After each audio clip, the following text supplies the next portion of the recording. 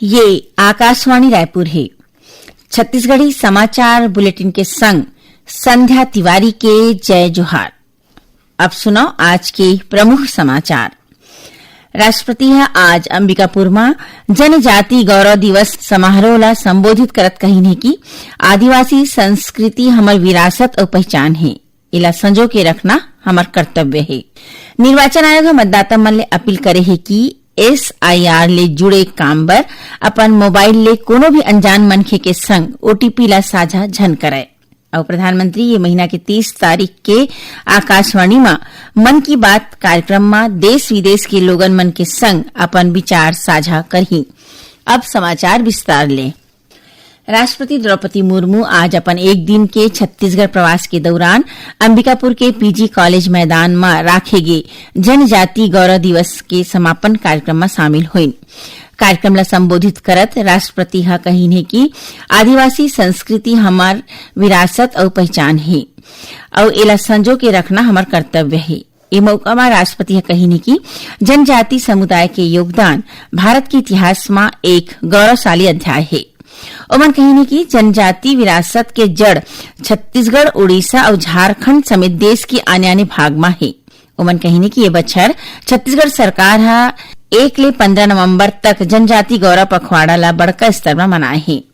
राष्ट्रपति कहिने की पाछू एक दशक में जनजाति समुदाय के विकास और कल्याण बर राष्ट्रीय स्तर में योजना ला विकसित और कार्यान्वित करेगे है।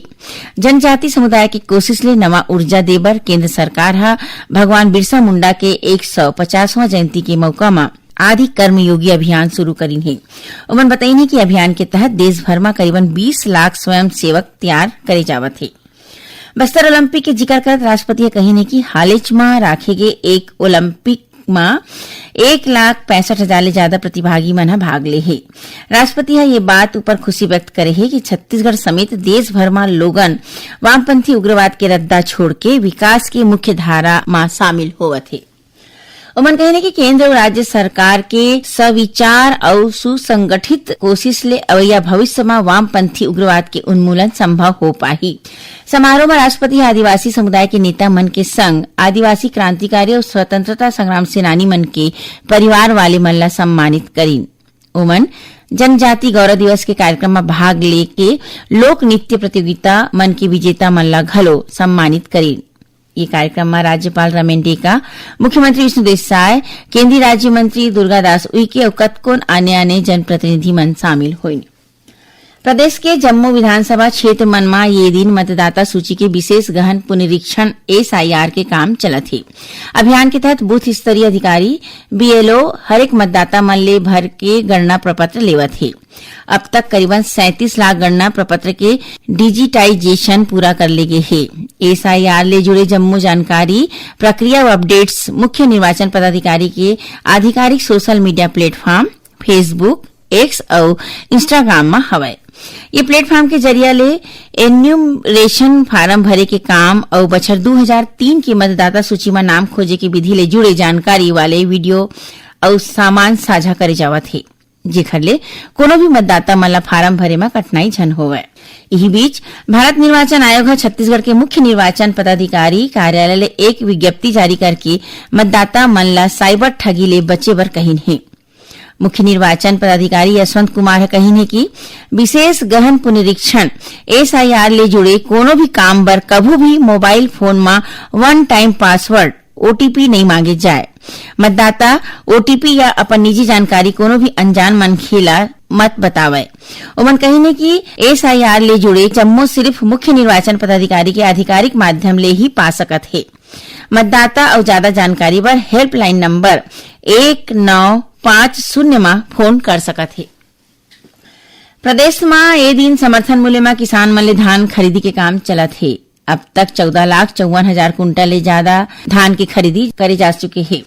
धान खरीदी के संगे सरकार किसान मन के भुगतान बर अपेक्स बैंक ला 214 करोड़ रुपया जारी करे है। उन्हें धान के अवैध परिवहन ला रोके बर सीमावर्ती क्षेत्र में बनाए गए चेक पोस्ट में अधिकारी तैनात करेगे है। छत्तीसगढ़ी समाचार बुलेटिन आप मन आकाशवाणी रायपुर ले सुनत हो। छत्तीसगढ़ के खबर ले है आपके वास्ता और खबर के विश्वसनीयता ले है हमार वास्ता। आकाशवाणी समाचार रायपुर के प्रादेशिक समाचार बुलेटिन के संगे संग हमार समसामयिक कार्यक्रम आप रेडियो के संग अपन मोबाइल में घलो सुन सकत हो।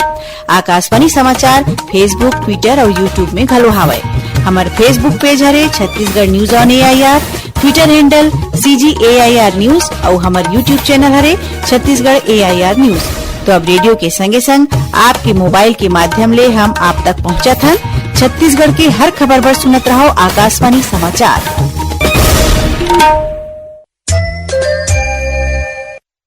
अब आगू बाढ़बो बाँचे समाचार कोती।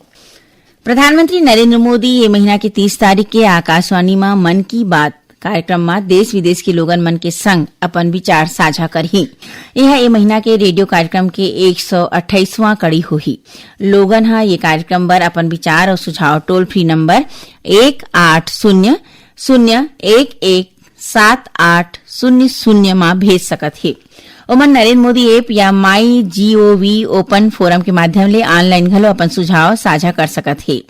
1922 में मिस्ड कॉल देके और MMS के माध्यम ले प्रधानमंत्री ला अपन सुझाव भेज सकत हे। सुझाव ये महीना के 28 तारीख तक मंजूर करे जाही। रायपुर के पंडरी स्थित जिला अस्पताल और बलौदाबाजार के इंटीग्रेटेड पब्लिक हेल्थ लैब के राष्ट्रीय गुणवत्ता आश्वासन मानक NQAS के तहत प्रमाण पत्र मिले हैं। रायपुर के जिला अस्पताल देश के पहली जबकि बलौदाबाजार के इंटीग्रेटेड पब्लिक हेल्थ लैब देश और राज्य के दूसरा प्रमाणित लैब बने हैं। दोनों लैब के मूल्यांकन केंद्रीय स्वास्थ्य मंत्रालय कोती ले नामित विशेषज्ञ मूल्यांकनकर्ता मन के टीम हा करे है। मुख्यमंत्री सुरेश शाह कही कि उपलब्धि छत्तीसगढ़ के स्वास्थ्य तंत्र में आवत व्यापक वैज्ञानिक और संरचनात्मक सुधार मन के प्रमाण है। खबर के मुताबिक इंटीग्रेटेड पब्लिक हेल्थ लैब में मरीज मन ला एक छत के नीचे पैथोलॉजी, बायोकेमिस्ट्री और माइक्रोबायोलॉजी ले जुड़े जम्मो प्रकार के जांच सुविधा उपलब्ध होवत है। स्कूल शिक्षा विभाग प्रदेश में चलत जम्मो गैर अनुदान पाए अशासकीय पूर्व माध्यमिक विद्यालय प्ले स्कूल बर दिशा निर्देश जारी करे है। एकर मुताबिक 3 बछर ले कमती उम्र के लइका मन ला पूर्व माध्यमिक विद्यालय में भर्ती में रोक लगा दे है। एकर संगे संग ओमन ला अपन संस्थान के पंजीयन 3 महीना के भीतर संबंधित जिला शिक्षा अधिकारी के आगू प्रस्तुत करना होही। पंजीयन प्रक्रिया में संस्थान ला अपन नाम ले जुड़े विवरण, शिक्षक मन के शैक्षणिक और व्यावसायिक योग्यता के संगे आने जरूरी दस्तावेज जमा करे बर पड़ही। उन्हें पूर्व प्राथमिक विद्यालय के अनुसूची 1 में निर्धारित जम्मो मानक के पालन करे बर पड़ही। खबर के मुताबिक छत्तीसगढ़ उच्च न्यायालय में लंबित PIL और अन्य याचिका में दिए गए आदेश मन के अनुपालन या प्रस्तावित प्ले स्कूल एक्ट के रूपरेखा के तहत ये निर्देश जारी करेगी है।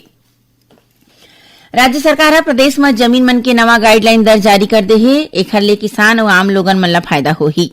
शहरी और ग्रामीण क्षेत्र के गाइडलाइन दर के वैज्ञानिक और तर्क संगत पुनरीक्षण करेगे है। नवा गाइडलाइन दर के मुताबिक नगरीय क्षेत्र मन में करीबन 20% के बढ़ोतरी करेगे है। उन्हें ग्रामीण क्षेत्र मन में किसान मन के हित में 50 ले लेके 300% बढ़ोतरी करेगे है। जेखर ले किसान मन ला भूमि अधिग्रहण में 3 गुना ज्यादा मुआवजा मिलही। पहली एक सड़क में संपत्ति मन के दर आने रही से, जेखर ले लोगन मन ला वास्तविक मूल्यांकन में कठिनाई होवत रही से। ग्रामीण क्षेत्र मन में घलो एक चद्दा में स्थित गांव वाले मन के दर में अतार्किक भिन्नता रही से, जेखर ले किसान मन ला मुआवजा और बैंक लोन में नुकसान होवत रही से। 5-7 बछर में बने नवा हाईवे, कॉलोनी, औद्योगिक क्षेत्र आदि के दर निर्धारित नहीं रही से, जेखर ले मनखे मन ला संपत्ति के कीमत जाने में कठिनाई होवत रही से।